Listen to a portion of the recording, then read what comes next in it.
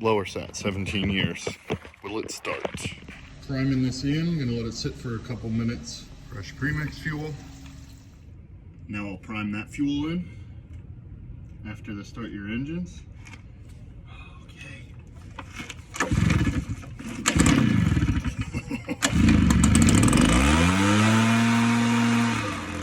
So now it runs. The only thing I found wrong was that was leaking around this grommet.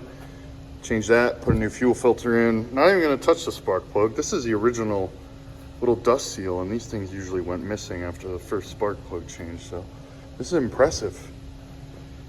Old stuff, just made better.